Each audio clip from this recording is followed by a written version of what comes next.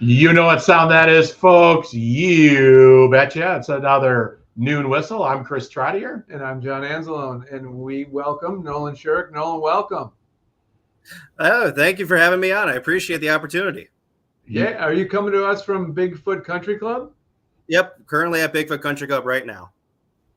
Nice. Well, Nolan, you were a 2019 grad. Is that right? Yep, correct. 2019. All right. Awesome. Well, we're here today to talk about your travels, where you are now, where you've been, all the exciting things and amazing things that you've done. So let's get this thing rolling. Let's do it. Let's do it. And we promise no jokes related to Caddyshack, Bushwood, or anything related. Right? We never slice over here at Bigfoot. Never slice. Yeah, do you have varmints there? No varmints. A lot of cranes, no varmints. All right. So Nolan graduated 2019, went to UW-Madison. Yep. And then got your degree in political science. Political science. Yep. And then after that, tell us how you went from a bachelor, an alumni of UW-Madison, to being the caddy supervisor and the assistant golf pro at Bigfoot Country Club. Tell us that journey. Yeah. So growing up, I always loved golf. My dad was the professional at Evergreen Country Club growing up. Golf was always a part of me growing up. Some of my first memories are with golf. So always loved golf and wanted to do something.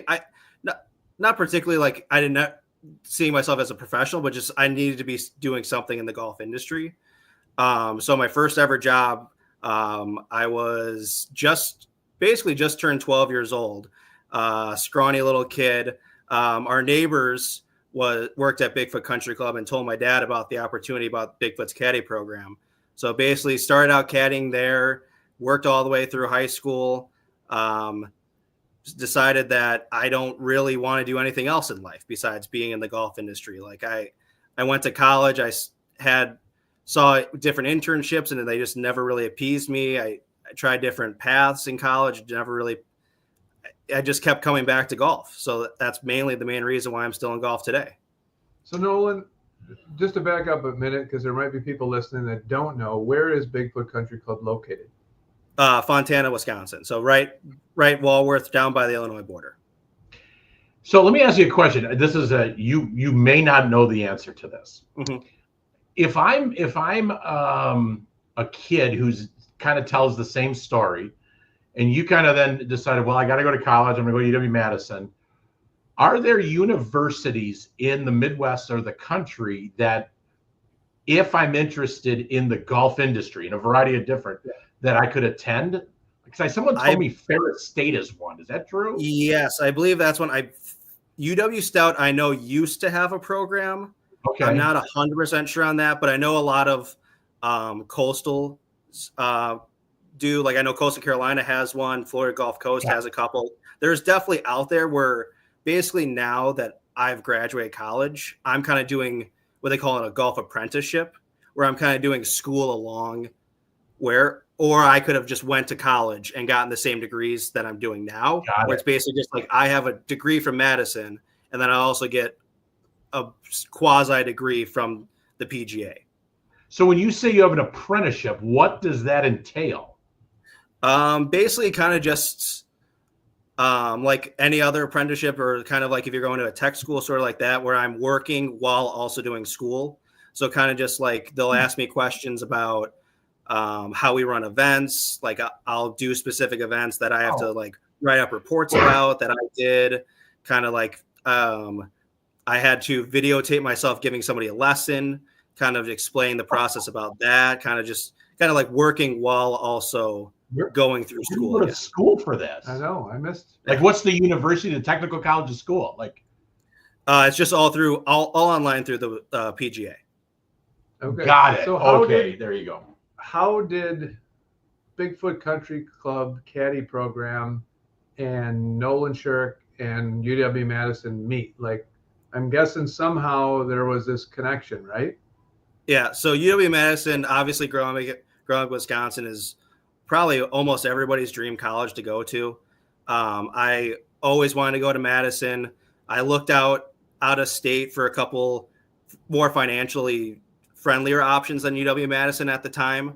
But I was lucky enough to get a scholarship at Bigfoot Country Club. It's called the Chick Evans Scholarship. It runs nationwide.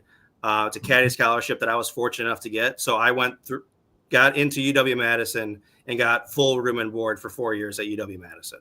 That's amazing. Now, what people don't realize, now tell me if I'm wrong, because I have a best friend who was an Evans Scholar.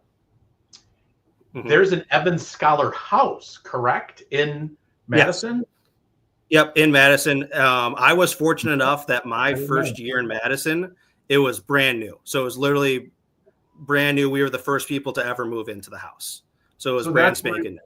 That was your house, your dorm, whatever you want to call it. Like that's where you lived. Yeah, it was. It's in middle of frat row, so where all the fraternities and sororities are. So if you know where that is in Madison, it's there, and that's where I stayed all 4 years of college. Someone told me. I don't. Someone told me where it was. Not always. You should go. No, I was kidding. But no, so how? Is that amazing? Yeah, like what types of things makes an Evans Scholar? Like, what did you have to do? What things did you have to be proficient at? So it's built on a couple pillars, they like to call it. The first one being academics. Obviously, you have to be good enough. It's an academic and caddy scholarship, so you have to be. They're not just going to let you get in and mess around and not get good enough grades. So it's definitely academic. I had to maintain a 3.0 GPA throughout college to maintain that scholarship. Caddy record. I was definitely on the higher end. I caddied over the years just under 300 rounds. So I was definitely more on the higher end there, but strong caddy record. It is a caddy scholarship, so you do have to caddy. You're not just showing up 1 year and then applying for it. You probably won't get it then. And the main one is financial need. I mean, college prices, nowadays are getting insane with how expensive it is. I could not pay for college. I'd be having to take out a lot of loans to be able to afford college. So that definitely is a main factor for that. Hey, Nolan, I'm trying to remember, wasn't there another, how many out of 2019? I think there was other Evans Scholars besides you, correct? Yeah, there was one other at Elkhorn. Lily Schwank was also one. Lily Schwank, there you go. Yeah. I was trying to, yeah, but she was a caddy. So you got to be a caddy. Yep. And then you got to maintain good grades. You got to meet these 4 pillars. And then you qualify for this full ride at a university that welcomes the Evans Scholar. So is Madison the only one in Wisconsin that accepts Evans Scholars? Marquette also has a house. They're also part of the program. I'm trying to think. They just added 2 more houses. So I'm trying to think. I think there's roughly 24 across the United States. Mainly, most of the Big Ten schools. Actually, I think all of them now, besides I think the LA schools, now that they added those into the Big Ten. University of Chicago is a part of it. They just added South Carolina. Delaware is a part of it. I'm trying to think. I think Howard University is a part of it as well. So they're still continuing to expand across the United States. Okay, so I have to ask you this question. Best and worst, you can pick either one. Caddie's story. Now, I'm guessing you didn't have to caddy for the Dalai Lama, the 12th son of the Lama. No. I would say probably the worst one was on hole number 1. There's a small little creek, and one of our members put it in there. Yeah. And I was like, I was probably 14, 15. And they're like, oh, don't worry about it. I'm like, oh, no, I'm like agile enough. I can get down there and get it. So I get down there and I slip and I'm soaking wet for the entire 18 holes. Oh. Is that right by the, right where when you come down, I'm just thinking going off of my VIP outing, where they serve the food in that kind of little. Yeah, kind of that area down there. Yeah. Yeah. I got it. Okay. So my feet I was drenched in water from hip down for about 18 holes. Luckily, it was a nice summer day and hot. Anybody laugh at you? No. Anybody laugh at you? No? A little. A couple of the other caddies, definitely, for sure. Okay. Best story. Best story. I want to say it was like my 20th round at the club. And one of our members, we're walking down 18 and was like, Nolan, what's the most you've ever made caddying? And I'm like, well, it's like my 20th round. The most I've probably made was $70. He goes, oh, that's way too expensive for me. I'm like, okay, whatever. I laugh it off. We get in the golf shop and our professional at the time hands me $100 bill. And he said, that's from your member. Oh, that's awesome. So that was and I mean, I'm 14 years old. I mean, that's 11 years ago. I feel like I'm a millionaire at that point. Yeah. I got $100 bill in my pocket. Yeah. So obviously that's a credit to the service that you gave them, but I'm guessing under those pillars, there's other things that fall in there. And what's the process like as you apply and are working towards, is there interviews you have to go through to get the scholarship? Do you have to perform some sort of caddy round with somebody? So what we do, we do a couple meetings we have a bunch of green coats is what they call them for the WGA. We have a bunch of those. So we meet with them. A lot of those green coats are people that take the caddies a lot. So they know, like, I'll let them know saying like, hey, this one is going to be a good one for the scholarship. You apply I'm trying to think. The fall of your senior year of high school. So I applied then. And then what they do is they call it if you're a finalist for the scholarship, what they call it is a selection meeting. Mm-hmm. So I went to one of the Milwaukee clubs. I can't remember which one off the top of my head. And had to do like a full on like quasi interview kind of thing where I was up at a podium in front of like 100 different people, like of them asking me questions. Wow. So, okay. So let's see. We got the pillars, we got the interview. So you're on here because Bigfoot Country Club is looking for caddies, correct? Yep, that's correct. Okay. How many openings do you have? Technically, we don't really have like openings per se. We always look for different caddies. The caddies are independent contractors. They're not technically employees of the club. So it's not like we have 50 spots and we need 5 kids. It's any given time we'll have anywhere from 40 to 60 caddies in the program. Oh, wow. So you're not getting a check from Bigfoot. No, you're basically whatever you get. Like, so the guy who gave you the 100, that was what you earned for that round. Yeah.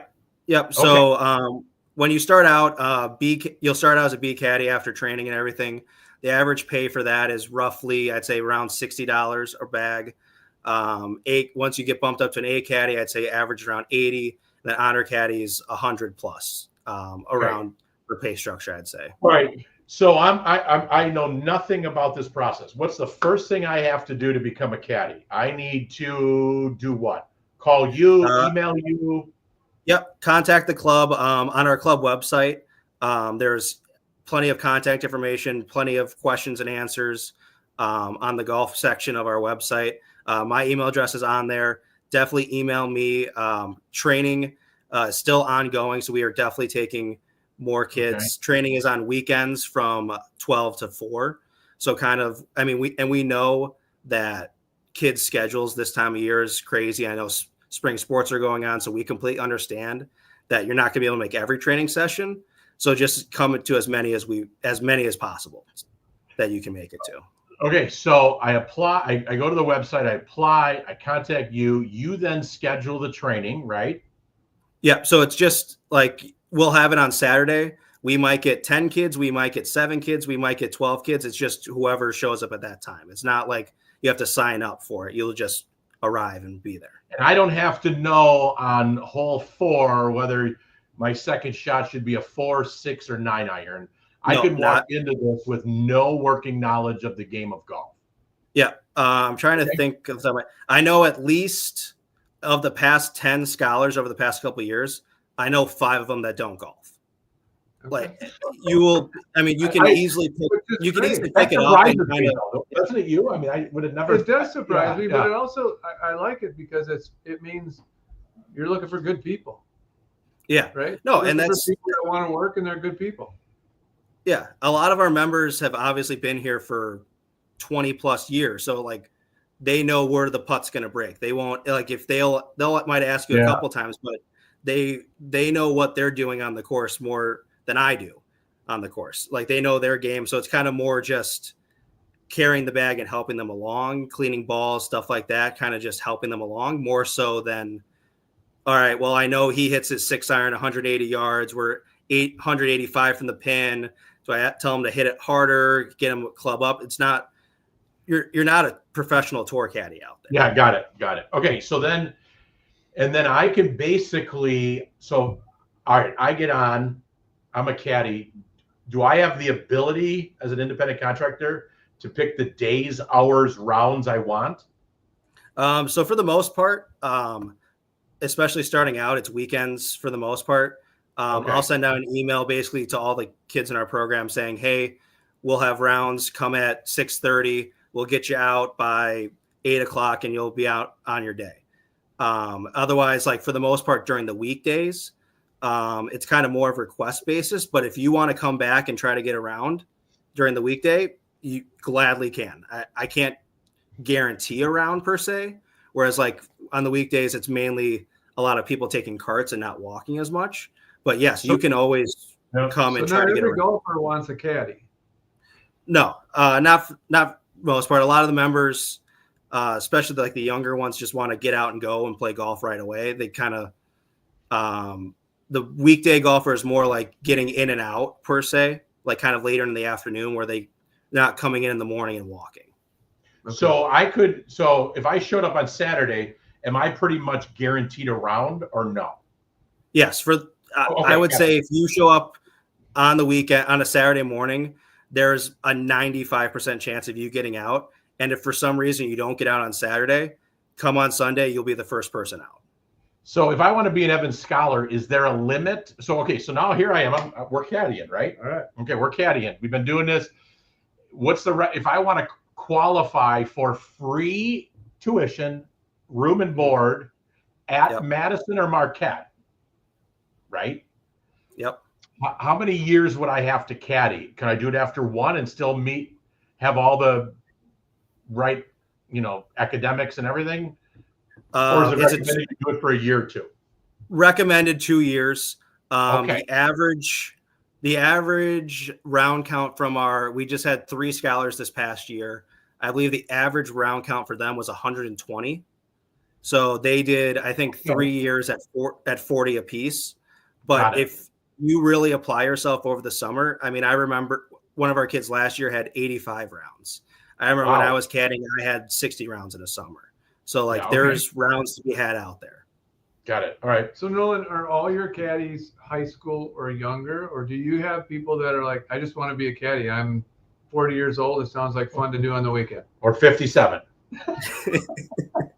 No, we're high school age and under. We have some college caddies that were with us for a couple of years, got the scholarship and came back, or have just been with the program for 5 years that come back, but mainly just high school age and under.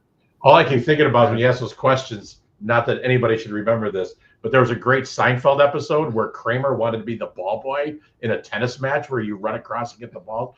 And the theme was ball boy. And here's this 50-year-old guy diving across. I'm just thinking about you or I out there with the caddy. Yeah. Right. So tell us a little bit about, before we got to wrap up here, a little bit about your day. Like what do your days look like in the summer as the caddy manager and the assistant golf pro? Right now, obviously, it's a little cold out, so we don't have any golfers today per se. But during the summer, we're busy. We do about 150 rounds, I'd say, a day during the summer. So I'm out on the range helping people give lessons. I'm in the golf shop helping people buy merchandise. I'm out helping the outside staff staging carts. I'm calling caddies, texting caddies, emailing caddies because a member called me an hour ago and said, hey, I'm coming in 2 hours. I need a caddy. So kind of just make day-to-day operations of golf course, basically. Yeah. Do you work all the time during the summer? Is it like fast break? Here we go. Yeah. It's a marathon. Yeah. All right. So let's just recap. So we got, so if you're interested Bigfoot Country Club's taking applications. Go to the website, sign up to be a caddy. Don't need to know anything about golf. Yep. You can then get a X amount of rounds. Sounds like 120 is the threshold ish, right? We want to get to that. Then you apply for the Evans Scholarship, Chick Evans Scholarship. That'll get you free tuition, room and board to multiple universities. Yep. So your caddy could end up being, $150K of investment.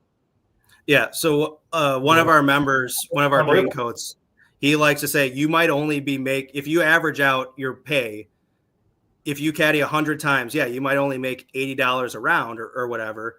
But if you get the scholarship, that might be a $1,000 round every single time you go out. Yeah. Well, at least. Great thing. At least. Yeah. I mean, Madison 30K-ish, give or take. So 4 years of that is 120. Yeah. Well, that means to your point, if I got 120 rounds, that's $1,000 I'm getting paid each round. Yeah. All right, Elkhorn, let's go. You got to go to Bigfoot. Okay. Nolan, thanks for being on. John, anything else? I got one question for the both of you. We didn't talk about this before, so get ready. All right. I just want to thank you. Say, hey, proud of you. Yes. Yeah, it seems like you found something you've loved, and good for you. Okay. No, thank you. I appreciate it. Best golf movie, go. Your favorite golf movie? Tin Cup. Tin Cup. John? I got to go with Caddyshack. I said it at the beginning. All right. I'm going to go with Happy Gilmore. Oh. Yeah, Happy Gilmore. Well, or is that a hockey movie? I don't know. But Happy Gilmore 2's coming out, so get ready. Coming out in May, I think. Get ready. You can't go wrong with Adam Sandler. You cannot go wrong with Adam Sandler. Good person and funny guy. All right, Nolan, thank you so much. We're proud of you. We love having the alumni on. You've done great for yourself. You made wise decisions. You worked hard to get where you're at. One little plug. We had Craig Pachetny on, the Executive Director of VIP Services, coming up here in early June. I forgot the date off the top of my head. 25 years plus they've had their golf outing done at Bigfoot. Great experience. I'll be down there as a VIP board member. Love it.